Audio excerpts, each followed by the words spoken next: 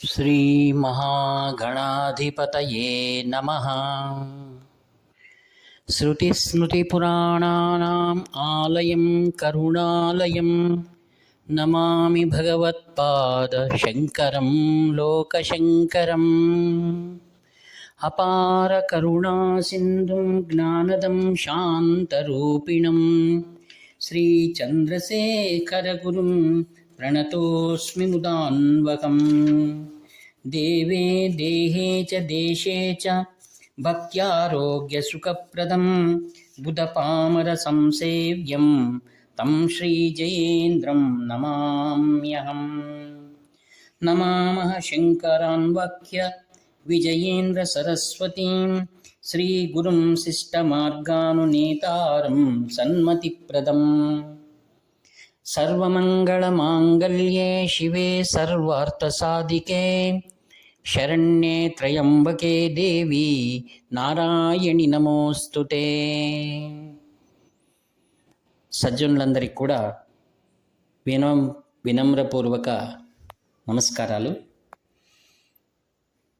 ఆత్మీయులారా, కాంచి కామకోటి పీఠం అనగానే మన జ్ఞాపకం వచ్చేటువంటి వారు శ్రీ శ్రీ శ్రీ చంద్రశేఖరేంద్ర సరస్వతి మహాస్వాముల వారు. ఎందుకనగా ఈ శతమానంలో ఎందరో వారిని చూసిన వారు ఉన్నారు. వారితో అనేకమైన ఆశీర్వాదములు పొంది అభివృద్ధి చెందిన వారు ఎందరో ఇప్పటికే ఉన్నారు. పూర్వపు ఆచారాల గురించి మనకంతగా తెలియదు. మనకు ప్రాముఖ్యంగా చెప్పుకునేది ఆదిగురు శంకర భగవత్పాదాచార్యులు వారు. వారి పరంపరలో 68 పీఠాధిపతులు శ్రీ చంద్రశేఖరేంద్ర సరస్వతి మహాస్వాముల వారు. వారి అంతరంగ శిష్యుడు, ప్రియ శిష్యులు 69వ పీఠాధిపతులు శ్రీ శ్రీ శ్రీ జయేంద్ర సరస్వతి మహాస్వాముల వారు. మహాస్వాముల వారి కాలంలోనే కాంచి కామకోటి పీఠానికి 70వ పీఠాధిపతిగా అలంకరించబడిన వారు శ్రీ శ్రీ శ్రీ శంకర విజయేంద్ర సరస్వతి మహాస్వాముల వారు ప్రస్తుత పీఠాధిపతులు. ఈ యొక్క కాంచి కామకోటి పీఠం ఆదిగురు శంకర్ల కాలం నుండి కామాక్షిదేవి పీఠంనకు అత్యంత ఇలవేల్పులాగా ఆమెను పూజిస్తూ ఉంటారు. ఎన్నో సందర్భాల్లో కామాక్షిదేవి పరమాచార్య స్వాముల వారి చెంత ఉన్నట్లుగా ఎందరికో అనుభవాలు కలిగాయి. ఆమె, ఆ మహాతల్లి అనుగ్రహము సర్వత్రా సర్వవ్యాపకమై మహాశక్తి స్వరూపిణి అయి కాంచీనగరంలో విఖ్యాతి చెంది ఉంది. ప్రతినిత్యము కూడా మహాస్వాముల వారు పూజ అయిన తర్వాత సమయం చూసుకొని కామాక్షి దేవాలయం వెళ్ళి దర్శించుకునేటువంటి వారు. ఇది ఆ నగరంలో ఉన్నటువంటి అనేక మంది స్వాముల వారు కామాక్షి దేవాలయం వెళ్తున్నారంటే మనం కూడా వెళ్ళాలి. 2 లాభాలు కలుగుతాయి. ఒకటి, సాక్షాత్ శంకరులు వెళ్తున్నారు, వారితో పాటు వెళ్ళడం ఒకటి. రెండవది, వారి ఆరాధ్య దైవం కామాక్షిదేవిని కూడా దర్శించుకోవచ్చు. ఉభయ లాభాలు ఒకే సమయంలో పొందడం అనేది గొప్ప యోగం. ఇది అందరికీ లభ్యమయ్యేటువంటిది కాదు. మహాస్వాముల వారు మహాత్రిపుర సుందరి సమితి చంద్రమౌళీశ్వర స్వామి పూజ త్రికాలం పూజ చేస్తారు ఒకేసారి, లేదా 2 కాలంలో పూజ చేసి సాయంకాలం ప్రదోషం ఉంటే సాయంకాలం మరలా చేస్తుంటారు. కాబట్టి సమయాలు చెప్పలేం. అయితే ఇంత మాత్రం నిజం, మహాస్వాముల వారు కామాక్షి దేవాలయాన్ని వెళ్తున్నారంటే నిత్య పూజ అయిన తర్వాత అందరికీ తీర్థ ప్రసాదాలు ఇచ్చి తర్వాత అమ్మణ్ణి అంటారు కామాక్షి దేవిని. దేవాలయానికి శిష్యులతో అందరితో పాటుగా వెళ్ళి అమ్మవారిని దర్శించుకొని వారి చేతిలో ఒక వెండిది ఒక గిండి ఉంటుంది. అంటే మనం సంధ్యావనం చేసుకుంటాం అటువంటి, దాంట్లో పాలు ఉంటాయి. తర్వాత వెనకల నుంచి శిష్యులు 2 కడవల్లో పవిత్రమైనటువంటి జలము మరియు పవిత్రమైనటువంటి గోక్షీరము తీసుకొస్తారు. మహాస్వాముల వారు ఒకసారి ప్రదక్షిణం చేసుకుని ఎంత సమయమైనా అమ్మవారి దగ్గరికి వెళ్ళి అమ్మవారికి ఒకసారి అభిషేకం చేస్తారు. అభిషేకం అయిన తర్వాత హారతిని ఇచ్చి తర్వాత తీరిగ్గా లోక కళ్యాణార్థమై అమ్మవారిని ప్రార్థించుకొని రావడం పరిపాటి. ఇక్కడ మీకు విషయం చెప్పాలని ఇష్టం ఉంది నాకు. కాంచి కామాక్షిదేవికి ఎవరైతే పరంపరగా పూజించేటువంటి వారిని కామకోటి వారు అని అంటారు. దీనికి ఒక ఇతిహాసం ఉంది. ఆరుగురు శంకర భగవత్పాదాచార్యుల వారు కాలనీ నుండి నర్మదా నదీ తీరానికి వెళ్ళి గోవింద భగవత్పాదుల వారిని దర్శించుకొని వారి ద్వారా క్రమ సన్యాసం తీసుకొని ఈ దేశాన్నంతటినీ పర్యటించిన తర్వాత ఆదిశంకర భగవత్పాదాచార్యుల వారు చతురామ్నాయ పీఠం స్థాపించి సర్వజ్ఞ పీఠం గురుపీఠం అనిపించుకునేటువంటి కాంచి కామకోటి పీఠాన్ని కాంచీపురంలో 2,500 సంవత్సరాల పూర్వం స్థాపించారు. కామాక్షిదేవికి భవ్యమైనటువంటి వేద పద్ధతిలో నిత్యం పూజ జరగడం కోసం ఆరుగురు శంకర భగవత్పాదాచార్యుల వారు నర్మదా నదీ తీరం నుండి 30 మంది బ్రహ్మచారులను ఇక్కడ పిలిపించుకున్నారు. వారితో పాటుగా వారి కుటుంబ సభ్యులందరూ కూడా కాంచీ నగరంలో స్థిరపడ్డారు. వారి ఇంట్లో అందరికీ కూడా కామాక్షిదేవి ఇలవేల్పు మరియు ఆదిగురు శంకర భగవత్పాదాచార్యులు వారు వారికి చక్కటి వేద పద్ధతిలో శాక్త సంప్రదాయం ప్రకారం దేవి అర్చనలు పూజలు అన్నిటినీ వారికి అనుగ్రహించి ఆ యొక్క పూజా క్రమాల్లో వారి పరిపూర్ణం చేశారు. అందుకే ఆ కుటుంబం వారిని మనం కామకోటి పీఠం వారు లేక కామకోటి అని వారి ఇంటి పేరుతో వ్యవహారనామంగా పిలుస్తుంటారు. ఆ విధంగా మహాస్వాముల వారు ఆ కామకోటి పీఠం అనుగ్రహించబడినటువంటి ఏక పరంపర అనేటువంటి పురోహితులు ఉన్నారో వాళ్ళు ఇప్పటికీ శ్రద్ధగా ఆ పరంపర వాళ్ళే ఆ పూజలను చేస్తూ ఉంటారు. అక్కడ ఆదిగురు శంకరాచార్యుల వారి ద్వారా ప్రతిష్ఠించబడినటువంటి శ్రీచక్రం కూడా ఉంది. ఈ విధంగా చక్కగా జరుగుతున్న ఆ పూజా సమయాన్ని స్వాముల వారు కూడా వెళ్ళడం ఆ పూజలో పాల్గొనడం పరిపాటి. ఒకరోజు ఏమైంది, అది తులామాసం. అది మహాస్వాముల వారు అప్పటికే చాలా ఆలస్యమైంది, పూజాకులను నెరవేర్చుకొని బయలుదేరారు. శిష్యులంతా వస్తున్నారు.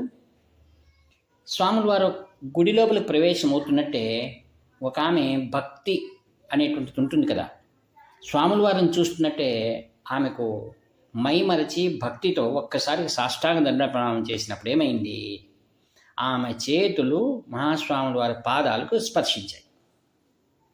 మనమందరూ గుర్తుపెట్టుకోవాలి,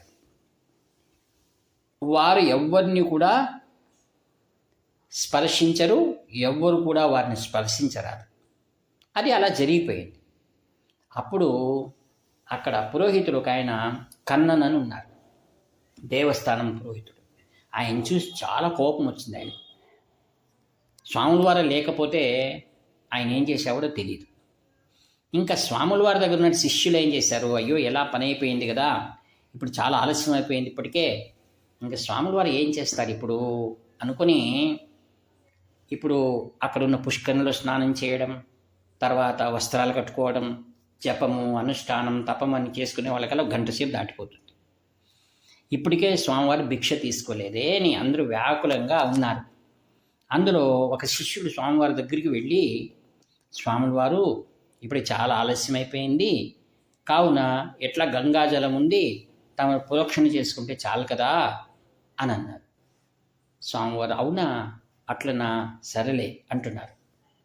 ఒకవైపు ఏమో శిష్యుల్లో ఉన్నటువంటి ప్రేమను గ్రహిస్తున్నాడు ఆయన. అయ్యో నాకు ఆలస్యమైందని ఇతను చింత చేస్తున్నాడు కదా అనుకున్నారు.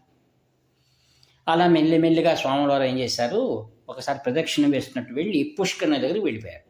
మిగతా అక్కడున్న వారంతా నిరాశ చెందారు, ఇలా అయిపోయింది అని. అప్పుడు స్వాముల వారంతూ అప్పుడు పుష్కరులు స్నానం చేయాలి. అప్పుడు ఎవరైతే తనకు సలహా ఇచ్చారు కదా ఆ శిష్యుని దగ్గరికి పిలిచి మిగతా అందరినీ పిలిచి, మనదెంత అదృష్టం తెలుసా, ఇది తులామాసం, ఈరోజు శుక్రవారం, అమ్మని దగ్గరికి వచ్చాము, మనం స్నానం చేసుకుని పోతే బాగుంటుంది కదా, నేను స్నానం చేస్తాను, మీరు కూడా పుష్కరంలో అందరూ మునగండి అన్నారు. చూడండి, ఎవ్వరికి ఇబ్బంది కలిగించకుండా అందరినీ సమాధానపరుస్తున్నట్టు, ఆ వచ్చిన ఆమెను కూడా ఏమీ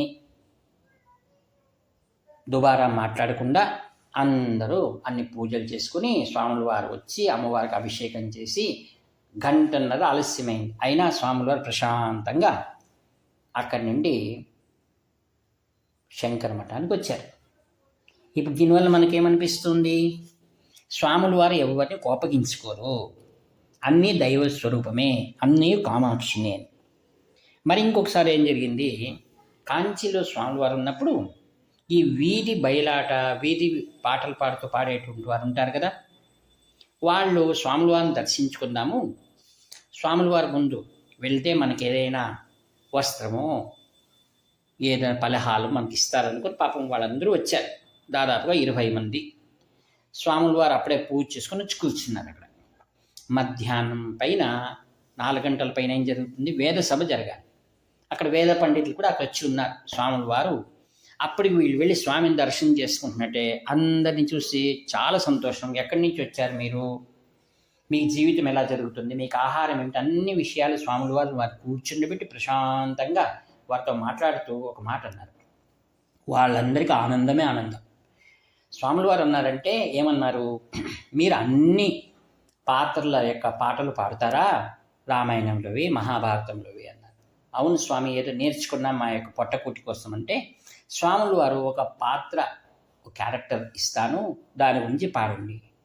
దాంట్లో అది వచ్చు స్వామి అన్నారు. సరే పాడండి అనగా అందులో ఒక ఆయన యజమాని పెద్ద గొంతుతో పాడడానికి మొదలుపెట్టాడు. ఆ స్వరాన్ని మించి పాడుతున్నాడు ఆయన. ఎందుకు? ఆ ఉత్సాహంలో ఏమైంది, పాడుతూ పాడుతూ మధ్యలో ఒక దగ్గర ఆగిపోయింది, పాడలేకపోయాడు. మరి 2 నిమిషాలు పెట్టి మళ్ళా పాడడాన్ని వదిలిపెట్టాడు, సాధ్యం కాదు. స్వాముల వారు అందరూ అక్కడ ఉన్నవాడంతా ఆశ్చర్యపోతారు, ఏం జరిగింది, ఇలా అయిపోయింది కదా, ఎప్పుడు చక్కగా పాడేటువంటి వాళ్ళము అని. స్వాముల వారు అతను నెమ్మదిగా కూర్చోసేపు, ఒక్క 2 నిమిషాలు ఉండు అని స్వాముల వారు మౌనంగా కళ్ళు మూసుకొని ఆ పాటలో ఏ భాగాన్ని మర్చిపోయారో దాన్ని అందించారు ఆయన. ఎప్పుడైతే స్వాముల వారు అదే రాగంలో అదే శృతిలో అందించారో ఆశ్చర్యపోయారు అందరూ కూడా, అక్కడున్న పండితులు కూడా. అక్కడి నుంచి ఆయన అందుకున్నాడు, చాలా చక్కగా పాడారు. స్వాముల వారు సంతోషించి, అధిక సంతోషంతో అలా అయిందిలే నీకు అంటూ అక్కడ అందరికి కూడా మంచిగా తుండు గుడ్డలు, ఫలాలు, మరి మఠంలో ఉన్న ప్రసాదం అన్నీ వారికి ఇచ్చారు. అక్కడ ఉన్న పండితులు స్వాముల వారు నమస్కారం అందుకని సదస్సుకు వెళ్ళారు. సదస్సులో వారు అనుకుంటున్నారు, ఇదేమిటిది, వేదంలో స్వాముల వారికి సంపూర్ణ పరిజ్ఞానం ఉంది, సాక్షాత్ సరస్వతి, సందేహం లేదు. మరి ఇదేమిటి, పల్లెటూరు వాళ్ళు ఏదో పాడుకునే పాటలు, దొమ్మరి వాళ్ళు అంటారు, వాళ్ళేదో తాళము తప్పిడి అనుకుంటూ పాడేటువంటిది, ఈ పాటను స్వాముల వారు స్వరయుక్తంగా ఎలా జ్ఞాపకం చేశారు కదా అని అందరూ ఆశ్చర్యపోయారు. ఇదే చూడండి, మహాత్ములకు సామాన్యులు కన్నట్టు వ్యత్యాసం. ఆయన నేర్చుకున్న విద్య కాదది, ఆయనకు సహజ సిద్ధం. అందుకే సాక్షాత్ పరబ్రహ్మ స్వరూపం అంటారు. ఏదైతే సర్వత్రా సహజంగా అన్ని వేళల్లో వ్యాపించి ఉన్నదో దాన్నే ఆత్మ, సర్వత్రా అంతరంగంగా వెలుగుతున్నదే దాన్నే పరమాత్మ. ఆ పరమాత్మయే ఆరుగురి శంకరాచార్యుల వారి ఈ పీఠంలో నడయాడు దైవంగా అందరినీ అన్ని వేళలా కాపాడుతూ వేదవాంగ్మయాన్ని ఎలా కాపాడుతున్నారో ఈ సంస్కృతి, ఈ కళలు, ఈ జ్ఞానాన్నంతటినీ కూడా ఆయన సర్వవేళలా సంరక్షిస్తూ అందరిని ఆదుకున్నటువంటి మహాదైవం. ఆ మహాప్రభువును, ఆ జ్ఞానిని, ఆ పరమనిష్టాగరిష్ఠైనటువంటి కాంచి కామకోటి పరమాచార్య స్వాముల వారిని మనం స్మరించడం ద్వారా మనలో జ్ఞానం ప్రవృద్ధమానమై చక్కటి రాజమార్గం లాంటి జీవితం మనకు ఏర్పడుతుందని భావిస్తూ ఈ వాక్పుష్పములన్నింటినీ కూడా అత్యంత వినయపూర్వకంగా శ్రీచరణుల వారు అనగా కామాక్షి స్వరూపమైనటువంటి కాంచి పరమాస్వాముల వారి దివ్య చరణాలను సమర్పిస్తూ సెలవు తీసుకుంటాను. ఇట్లు మీ ప్రియతముడు నివర్తి నాగభూషణ శర్మ. హరహర శంకర జయ జయ శంకర, హరహర శంకర జయ జయ శంకర, హరహర శంకర జయ జయ శంకర.